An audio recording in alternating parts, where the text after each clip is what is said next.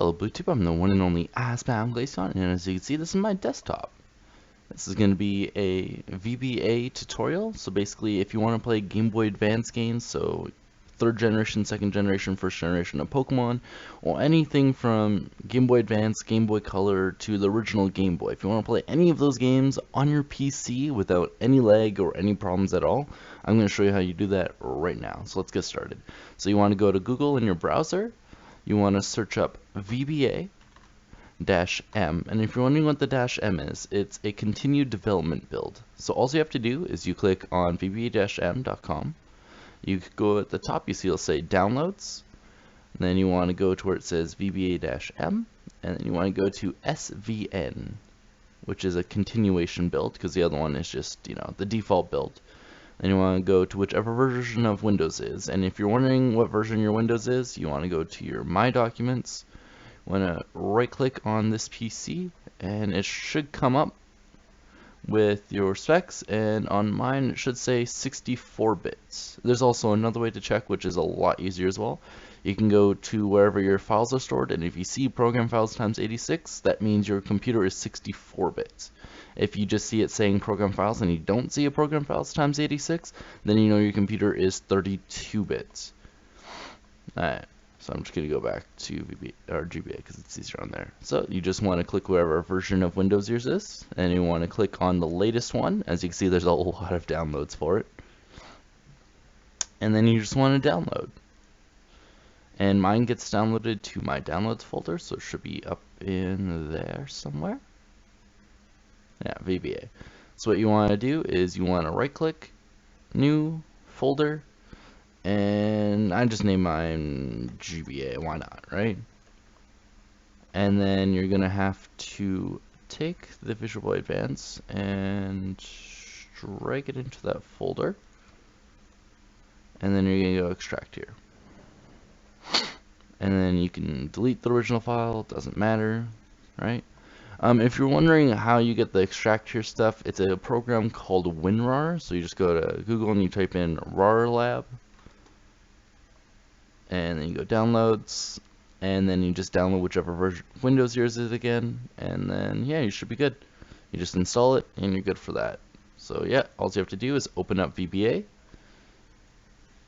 As you can see, these are the default settings, so we still have to modify them so you can run it on any computer. And you want to go to video, render API, let's see, don't need any of that windowed. I like to have mine on 4 times. You can put yours on 2 screen size, doesn't really matter that much. Okay, so if you have extra CPU power to spare, so like your game's running perfectly fine, you can speed it up really quickly, you can go to magnification and increase the actual quality of the game. This makes it look a lot better. Personally, I prefer 2x Sal, Super Eagle, and high quality for the filters I like using. And again, that's all personal preference. And you could always mute the game here if you need that. You could set up an Xbox or PlayStation controller. You just hook it up to your computer and push whichever buttons you need. Let's see, speed, throttle, make sure it's on no throttle. Oh, I didn't mean to click that. And then for, I don't need turbo mode because that's just going to keep on speeding it up. And you want to put it on no frame skip. If your computer or if your emulator is lagging a bit, you can put it on 2 frames for this frame skip. It does make the game look choppy, but it will make it run 15% faster. So there's also that. Make sure when you go to here, you want to disable automatic IPS patching. You want to enable real-time clock. And then you want to go to, let's see, show speed. You want to have that off if you're recording. If you want to see it, then you can go ahead.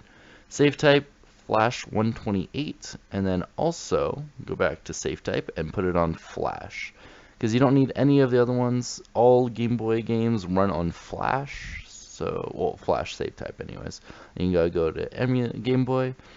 If you're doing 1st generation, 2nd generation Pokemon games, or anything from Game Boy Color or Game Boy and not Game Boy Advance, then you want to put it on automatic. If you're playing Game Boy Advance games, just put it on GBA, so it doesn't have to, take a little bit longer to load up.